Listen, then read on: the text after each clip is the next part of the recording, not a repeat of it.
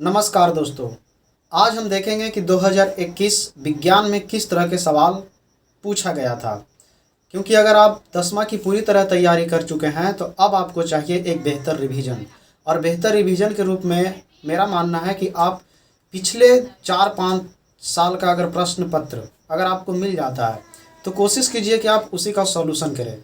क्योंकि बिहार बोर्ड का एक नियम है कि पिछले साल का प्रश्न काफ़ी दोहराता है। ठीक है, तो अगर आप बेहतर नंबर लाना चाहते हैं तो कोशिश कीजिए कि पिछले 4-5 साल का प्रश्न पत्र अगर कहीं से मिल जाए तो आप उसे सॉल्यूशन कीजिए। और हाँ, एक एक लाइन लिखकर सॉल्यूशन कीजिए।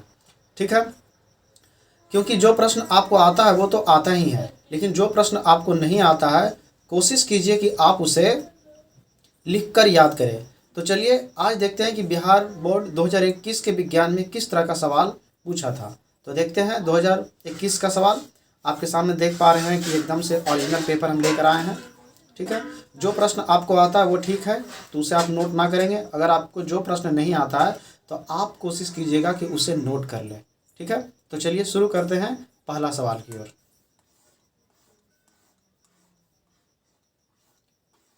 तो ये रहा पहला सवाल। पहला सवाल था कि प्रकाश के परावर्तन के कितने नियम हैं। तो प्रकाश के परावर्तन के 2 नियम हैं या होते हैं।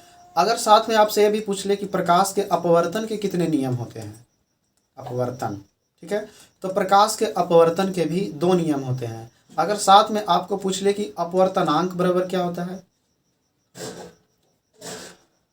अपवर्तनांक बराबर, तो अपवर्तनांक बराबर होता है साइन आई बटे साइन आर।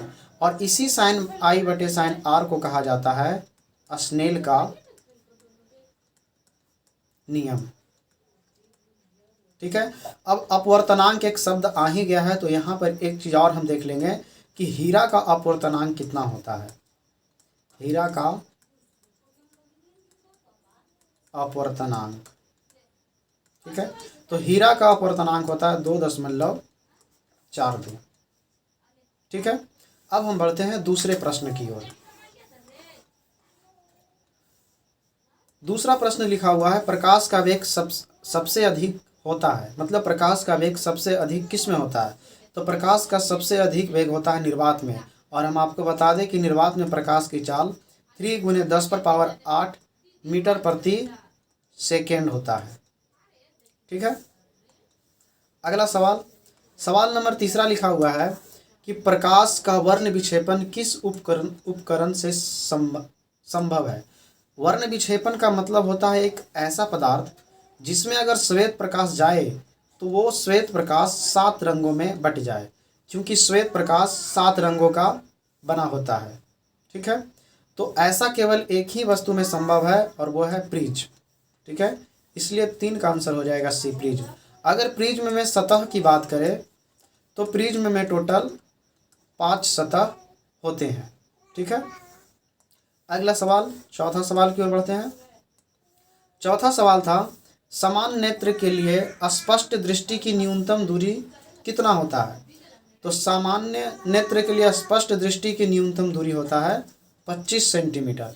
और अगर न्यूनतम की जगह अगर आपसे पूछ देता अधिकतम दूरी क्या होता है, ठीक है, अधिकतम, तो अधिकतम की अगर बात कर देता तो मानव नेत्र अधिकतम में अनंत तक देख सकता है, लेकिन सुस्पष्ट अगर न्यूनतम की बात करें तो हो जाएगा 25 सेंटीमीटर, यानी ऑप्शन नंबर ए। सवाल नंबर 5वां देखते हैं। सवाल नंबर 5वां है कि एक प्रिज्म कितने सतहों से घिरा होता है।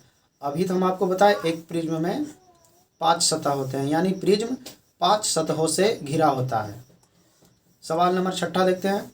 सवाल नंबर 6 लिखा हुआ है किस दर्पण से हमेशा वस्तु से छोटा प्रतिबिंब प्राप्त होता है। तो ऐसा उत्तल दर्पण में होता है। ठीक है, उत्तल दर्पण में एक तो छोटा प्रतिबिंब प्राप्त होता है, ठीक है, और आभासी, आभासी को ही काल्पनिक कहा जाता है। ठीक है, आभासी प्रतिबिंब। और वही बात करें समतल दर्पण में कैसा प्रतिबिंब प्राप्त होता है, तो ये प्राप्त होता है आभासी, मतलब यहाँ भी आभासी प्रतिबिंब प्राप्त होता है। लेकिन यहाँ बड़ा और छोटा की बात करें तो ऐसा कोई बात नहीं है, यहाँ वस्तु के बराबर प्रतिबिंब बनता है, बराबर प्रतिबिंब। ठीक है। और वही बात करें अवतल दर्पण में, तो यहाँ पर प्रतिबिंब बड़ा भी हो सकता है और छोटा भी हो सकता है। और अगर बात करें आभासी और काल्पनिक के, तो ये वास्तविक भी हो सकता है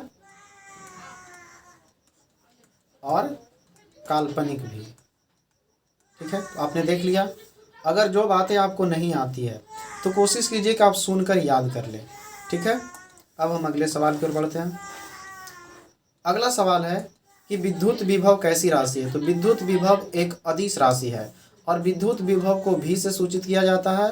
और अगर इसकी मात्रक की बात करें, इसका मात्रक होता है वोल्ट। और आपको हम ज्ञान के हिसाब से बता दें कि 1 वोल्ट 1 जूल प्रति कूलॉम के बराबर होता है। ठीक है, अब हम अगले सवाल की ओर बढ़ते हैं। अगला सवाल लिखा हुआ है 8वां नंबर कि साइड मिरर के रूप में प्रयुक्त होता है। यानी वाहनों में जो साइड मिरर होते हैं, मान लिया जाए ये गाड़ी है,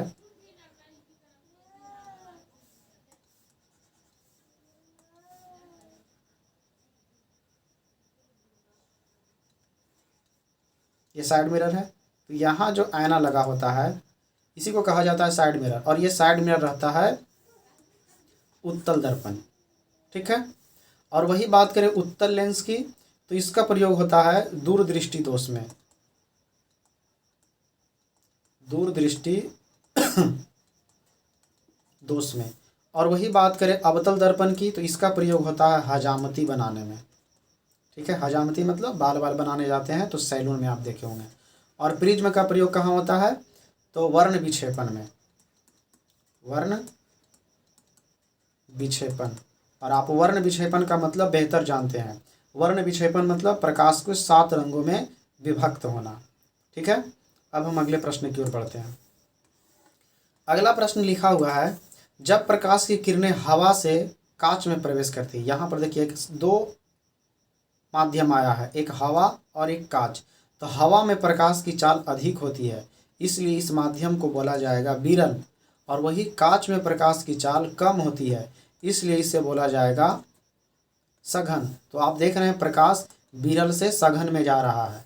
कुछ नोट करने वाली बात अगर लिखना चाहेंगे तो लिख लीजिए आप। जैसे अगर प्रकाश विरल से सघन में जाए, ठीक है, तो ऐसी स्थिति में जो प्रकाश है वह अभिलंब की ओर मुड़ जाता है, अभिलंब की ओर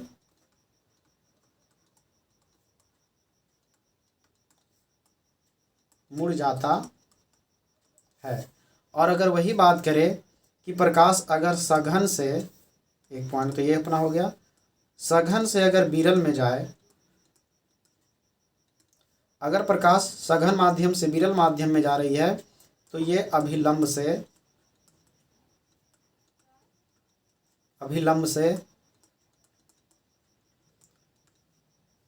दूर हो जाती है।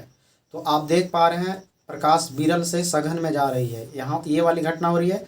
और जब प्रकाश विरल से सघन में जा रही है तो वह अभिलंब के निकट आएगी। ठीक है, ऑप्शन नंबर बी। अब हम अगले सवाल की ओर बढ़ते हैं। सवाल नंबर 10। सवाल नंबर 10 लिखा हुआ है, चुंबकीय क्षेत्र का एसआई मात्रक क्या होता है। तो चुंबकीय क्षेत्र का एसआई मात्रक होता है टेस्ला। और वही एम्पियर की बात करें तो ये किसका मात्रक है, विद्युत धारा की।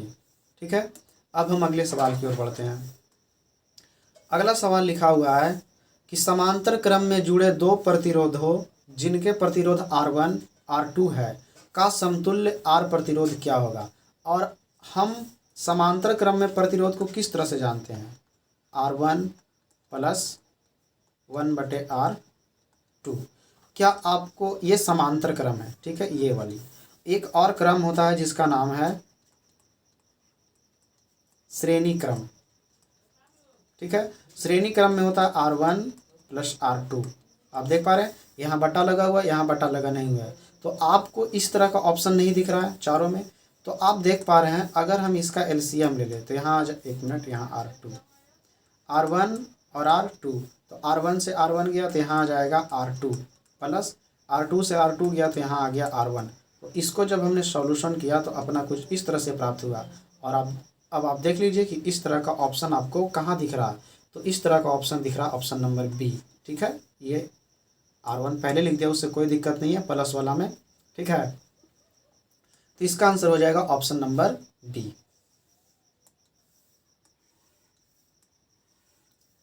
सवाल नंबर 12। सवाल नंबर 12 लिखा हुआ है कि जूल प्रति कूलॉम किसके बराबर होता है।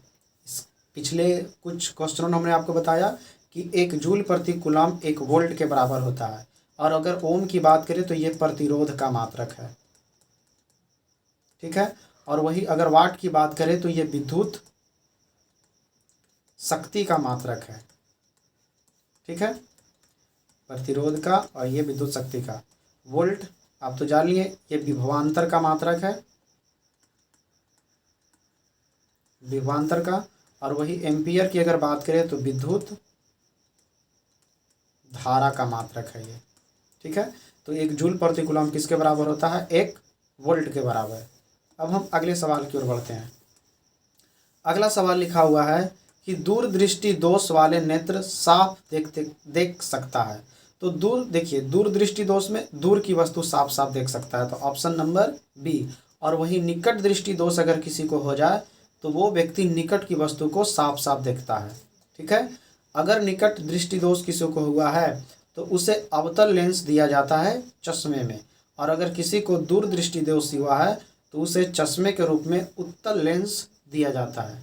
ठीक है, अगर ये बातें आपको नहीं याद है तो आप इसे चाहे तो नोट कर सकते हैं।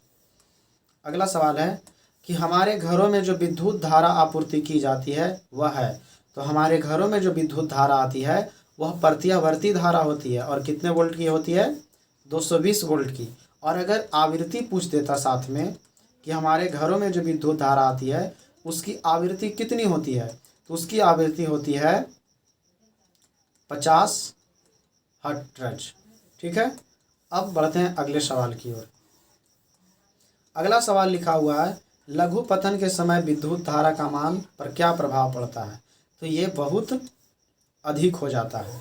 ठीक है, अब हम अगले प्रश्न की ओर बढ़ते हैं। लिखा हुआ है कि बिजली का सुचालक है। तो बिजली का सुचालक है ग्रेफाइट। ठीक है, ये किसका अपरूप है, ये कार्बन का अपरूप है। ठीक है, ऐसे कार्बन के 3 अपरूप होते हैं, एक होता है हीरा, एक ग्रेफाइट, और एक होता है C16। और C16 को ही कहा जाता है फुल्लेरिन। ठीक है, अब हम अगले सवाल की ओर बढ़ते हैं। अगला सवाल लिखा हुआ है क्षारीय विलयन का pH मान कितना होता है। तो क्षारीय विलयन का pH मान होता है 7 से अधिक, और 7 से कम किसका होता है, तो ये होता है अम्लीय का। ठीक है, और अगर 7 की केवल बात कर रहा है तो ये बताता है उदासीन विलयन का pH मान। और 7 किसका होता है pH मान, तो शुद्ध जल का pH मान, शुद्ध जल का pH मान 7 होता है pH। ठीक है, अगले सवाल की ओर बढ़ते हैं। इसका आंसर हो जाएगा बी। ठीक है, अगला सवाल है कि निम्न में कौन भी जाती है, मतलब ये चारों में कौन अलग है। अगर आप चूना का सूत्र देखेंगे तो CaO होता है, और वही अगर खड़िया की सूत्र की अगर बात करें तो CaCO3 होता है, और संगमरमर का सूत्र भी CaCO3 होता है, और वही प्लास्टर की बात करें तो CaSO4.12H2O होता है। तो आप देख रहे हैं यहाँ कैल्शियम ऑक्साइड, यहाँ कैल्शियम कार्बोनेट, यहाँ कैल्शियम कार्बोनेट, लेकिन यहाँ कैल्शियम सल्फेट है, इसलिए ये वाला बेमेल खा रहा है, इसलिए आंसर अपना क्या हो जाएगा, ये पी जातीय में ये चला आएगा। ठीक है, अब हम अगले सवाल की ओर बढ़ते हैं। लिखा हुआ है निम्न में बेकिंग सोडा का सूत्र क्या है। तो बेकिंग सोडा का सूत्र होता है NaHCO3, और बेकिंग सोडा का उपयोग होता है अग्निशामक यंत्र में, अग्निशामक यंत्र में, और एक होता है केक एवं पाव रोटी बनाने में। क्यों, क्योंकि पाव रोटी क्यों, क्योंकि केक और पाव रोटी में डालकर बनाने से मुलायम बनता है और स्वादिष्ट बनता है। ठीक है, अब हम सवाल नंबर 20 देखते हैं। सवाल नंबर 20 में लिखा हुआ है कि किस हाइड्रोकार्बन के बीच तीन परमाणु कार्बन परमाणुओं के बीच तीन आबंध है। देखते हैं एक एक करके। अगर CH4 का आप बनाना चाहेंगे संरचना सूत्र तो कुछ इस तरह से बनेगा, ठीक है। वही C2H6 को अगर आप बनाना चाहेंगे तो संरचना सूत्र कुछ इस तरह से बनेगा। आप समझ जाइएगा कि जिधर एक एक है वो हाइड्रोजन बता रहा है, लिख लीजिए आप, ठीक है। और वही अगर CH3 को आप बनाना चाहेंगे तो कुछ इस तरह से बनेगा।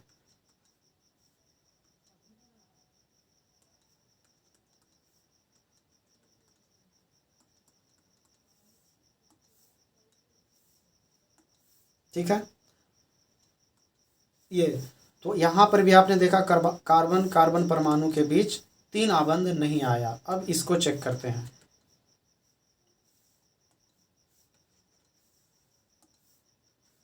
यहाँ कर लेते हैं, 3 हो गया, 3 हो गया, 6 2 8, ठीक है। तो आप देख पा रहे हैं यहाँ पर भी कार्बन कार्बन के बीच तीन आबंध नहीं आया। तो मतलब इस सवाल का जो ऑप्शन दिया हुआ वो पूरी तरह से गलत दिया हुआ है, ठीक है। आपने देख लिया चेक करके। अगर आपको लगता है इसमें से कोई आंसर होगा तो आप हमें कमेंट बॉक्स में बताइए, हम उस पर ज़रूर चर्चा करेंगे, ठीक है। सवाल नंबर 21 देखते हैं। सवाल नंबर 21 लिखा हुआ है CnH2n+2 किसका सूत्र है? तो ये एल्केन का सूत्र है, ठीक है। अगर वही बात करें कि एल्कीन का सूत्र क्या होता है तो C2H2n होता है। और वही अगर एल्काइन की बात करें तो CnH2n-2 होता है। और वही अगर इथाइल की बात करें तो C2H5 होता है। खैर 21 का आंसर ए होगा, क्योंकि पूछ रहा है कि CnH2n किसका होता है, तो ये एल्केन का ही होता है, CnH2n+2, ठीक है। सवाल नंबर 22। सवाल नंबर 22 में लिखा हुआ है कार्बन यौगिकों में कार्बन की संयोजकता कितनी होती है? तो कार्बन की संयोजकता होती है 4। अगला सवाल है कि अम्ल राज में HCl और HNO3 का अनुपात कितना होता है? तो इसका अनुपात होता है 3:1। ये HCl को बोला जाता है हाइड्रोक्लोरिक अम्ल और HNO3 को बोला जाता है नाइट्रिक अम्ल, ठीक है, नाइट्रिक अम्ल। अब अगले सवाल की ओर बढ़ते हैं। सवाल नंबर 24 लिखा हुआ है हमारे शरीर का pH मान की सीमा में सही तरीके कार्य करता है। मतलब हमारे शरीर का pH मान कितना होता है? तो हमारे शरीर का pH मान होता है 7.0 से 7.08 तक। मतलब मनुष्य का जो शरीर है या तो उदासीन हो सकता है या क्षारीय प्रवृत्ति का हो सकता है, ठीक है। सवाल नंबर 25। सवाल नंबर 25 लिखा हुआ है कौन सी अधातु कमरे के ताप पर द्रव अवस्था में होता है? तो इसका आंसर चला जाएगा ब्रोमीन के पास, ठीक है। और वही अगर अधातु के जगह धातु लिख देता तो इसका आंसर हो जाता पारा। लेकिन फिलहाल पूछा है कौन सी अधातु कमरे के ताप पर द्रव अवस्था में रहता है, तो वो है ब्रोमीन, ठीक है। और ये आयोडीन की अगर बात करें तो ये ऐसा अधातु है जिसमें क्या है, चमक, ठीक। अब सवाल नंबर 26 देखते हैं। लिखा हुआ है एल्डिहाइड का IUPAC नेम क्या होता है? तो एल्डिहाइड का IUPAC नेम होता है एथेनॉल, ठीक है। अगर एथेनॉल की अगर सूत्र की बात करें तो इसका सूत्र होता है C2H5O, ठीक है। और वही एथेनोन की अगर सूत्र की बात करें तो C4H6O होता है, ठीक है। और वही अगर एथेनॉल की बात करें तो C2H4O होता है, ठीक है। और वही बात अगर हम एथेन की करें तो C2H6 होता है, ठीक है। तो अगर आपको सूत्र नहीं याद है तो कोशिश कीजिए कि आप लिखकर चीज़ों को याद करें। अगला सवाल है कि निम्नलिखित में कौन सी गैस अधातुओं की बिल्डिंग में प्रयुक्त होता है? ऐसे तो इसका आंसर एसिटिलीन हो जाएगा, ठीक है, एसिटिलीन। तो एसिटिलीन की अगर आईयूपीएसी नेम की अगर बात करें तो ये होता है एथाइन, ठीक है। तो इसका हो जाएगा ऑप्शन नंबर सी। और अगर इसकी सूत्र की अगर बात करें तो C2H2 होगा, ठीक है। अब देखते हैं सवाल नंबर 28 क्या है। सवाल नंबर 28, सवाल नंबर 28 में लिखा गया है कि निम्नलिखित में किस वैज्ञानिक ने तिर्यक नियम दिया। तो तिर्यक नियम देने वाले वैज्ञानिक थे डोबरेनर, ठीक है। इसका आंसर क्या हो जाएगा, डोबरेनर। और वही न्यूलैंड्स की बात करें तो इन्होंने अष्टक नियम दिया था, अष्टक नियम, ठीक है। और वही अगर रदरफोर्ड की बात करें तो इन्होंने नाभिक का खोज किया था, परमाणु के अंदर जो नाभिक होता है उसका खोज किया था। आपको पता है परमाणु के नाभिक के अंदर क्या क्या पाया जाता है, तो प्रोटॉन और न्यूट्रॉन पाया जाता है, ठीक है। वही बात करें अगर डाल्टन की, तो डाल्टन महोदय ने परमाणु सिद्धांत दिया था, एक मिनट, परमाणु सिद्धांत, ठीक है। और इन्होंने परमाणु का भी खोज किया था। अब अगले सवाल की ओर बढ़ते हैं। अगला सवाल लिखा हुआ है, मेंडलीफ के आवर्त सारणी में आवर्त की संख्या कितनी थी। तो मेंडलीफ महोदय ने जो आवर्त बनाया था उसमें आवर्त की संख्या 7 थी। आवर्त सारणी में जो ए लाइन रहता है इसे कहा जाता है आवर्त, और वही जो खड़ी खड़ी लाइन रहता है इसे बोला जाता है, मतलब खड़ा खड़ा जो डब्बा होता है इसे बोला जाता है वर्ग, ठीक है। ये क्या बताता है, वर्ग। तो अगर मेंडलीफ की आवर्त सारणी में वर्ग की बात करें तो वर्गों की संख्या 9 थी। लेकिन आजकल जो हम आवर्त सारणी प्रयोग कर रहे हैं वो आधुनिक आवर्त सारणी है, आधुनिक आवर्त सारणी। और इसका खोज किया किसने, मोसले ने, ठीक है। और इसकी आवर्त सारणी में वर्ग की बात करें तो 18 है, और वही आवर्त की बात करें तो 7 है। तो आपसे ये भी पूछा जा सकता है कि आधुनिक आवर्त सारणी में वर्गों की संख्या कितना, 18, और वही आवर्त की अगर बात करें तो आवर्तों की संख्या है 7, ठीक है। अगला प्रश्न देखते हैं। अगला प्रश्न लिखा हुआ है कि कोयला तथा पेट्रोलियम किस प्रकार का संसाधन है या ईंधन है। तो ये जीवाश्म ईंधन है, ठीक है। अब अगले सवाल की ओर बढ़ते हैं। सवाल नंबर 31 लिखा हुआ है, निम्न में कौन प्राकृतिक संसाधन है। तो आप देख पा रहे हैं कि वायु भी प्राकृतिक संसाधन है, जल भी प्राकृतिक संसाधन है, और मृदा भी प्राकृतिक संसाधन है। तो इसका आंसर कहाँ चला जाएगा, इनमें से सभी। अब देखते हैं सवाल नंबर 32। सवाल नंबर 32 में लिखा हुआ है, कैल्शियम की परमाणु संख्या कितनी होती है।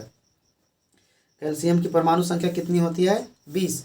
और वही अगर 15 की बात करें तो 15 पे फॉस्फोरस है, और 17 की बात करें तो 17 पे क्लोरीन है, और 18 पे आर्गन है, ठीक है।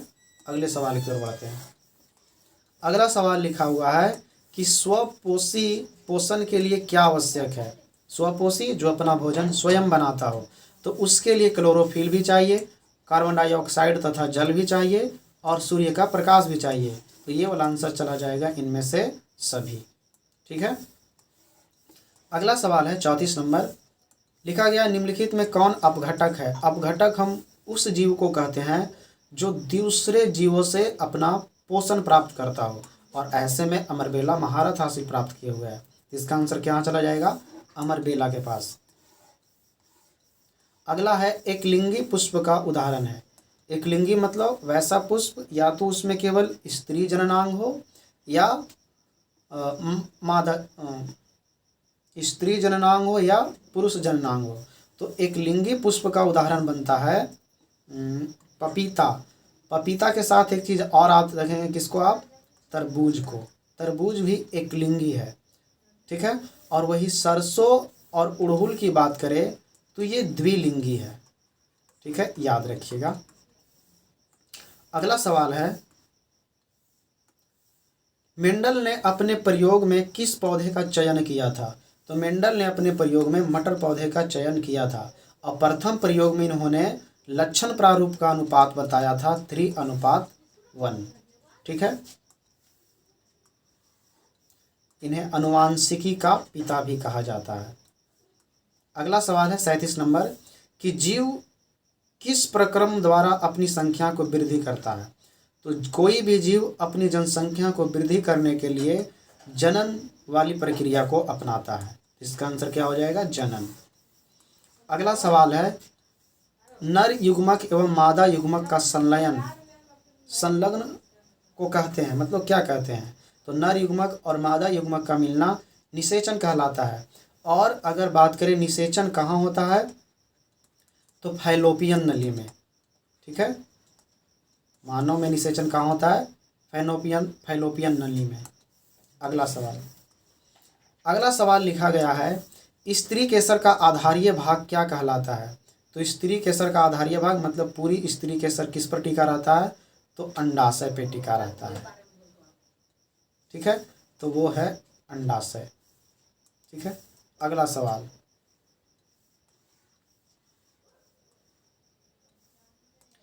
सवाल लिखा हुआ है, कौन सा रक्त समूह सभी रक्त समूहों से ले सकता है? तो सभी रक्त समूहों से अगर लेने की बात करें तो अपना आंसर हो जाएगा ए बी। अगर और यही ओ होता है दाता, मतलब ये सभी को दे सकता है और ये भी सभी से ले सकता है।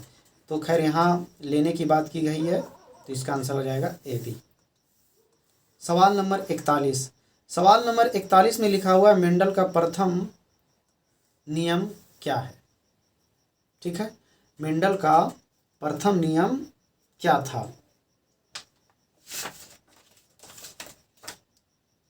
तो मेंडल ने जो प्रथम नियम दिया था वो था पृथक्करण का नियम। ठीक है, ये प्रथम नियम था। और वही दूसरे नियम की अगर बात की है तो इन्होंने दिया था स्वतंत्र विन्यास का नियम। और प्राकृतिक चयन सिद्धांत दिया था किसने? डार्विन ने। ठीक है, मेंडल ने प्रथम नियम क्या दिया था? पृथक्करण का नियम। और दूसरा नियम दिया था विन्यास का नियम, स्वतंत्र विन्यास का नियम। ठीक है, अब अगला सवाल देखते हैं। सवाल नंबर 31 लिखा हुआ है, निम्नांकित में कौन पुनरुद्ध भवन का उदाहरण है? पुनरुद्ध मतलब एक ऐसा जीव जिसको काट दीजिए फिर से जीव हो जाए। तो ऐसे में आ जाता है स्पाइरोगायरा। अमीबा में प्रजनन द्विविखंडन द्वारा होता है, इसको भी आप याद रखिएगा, खंडन। और वही हाइड्रा में प्रजनन की बात करें तो इसमें होता है मुकुलन विधि द्वारा। ठीक है, आप इतनी बातों को याद रखेंगे। अगला सवाल है, गर्भपात को सुरक्षित अवधि मतलब कितने समय पर गर्भपात को सुरक्षित रखने की आवश्यकता होती है? तो वो है 3 महीने के भीतर। ठीक है, अगला सवाल है, भागते या दौड़ते समय कौन सा हार्मोन सक्रिय रहता है? मतलब जब हम भागते या दौड़ते हैं तो कौन ऐसा हार्मोन है जो सक्रिय रहता है, मतलब निकलता है? तो वो होगा एंड्रेलिन। वही अगर बात करें थायरोक्सिन हार्मोन कहाँ से निकलता है?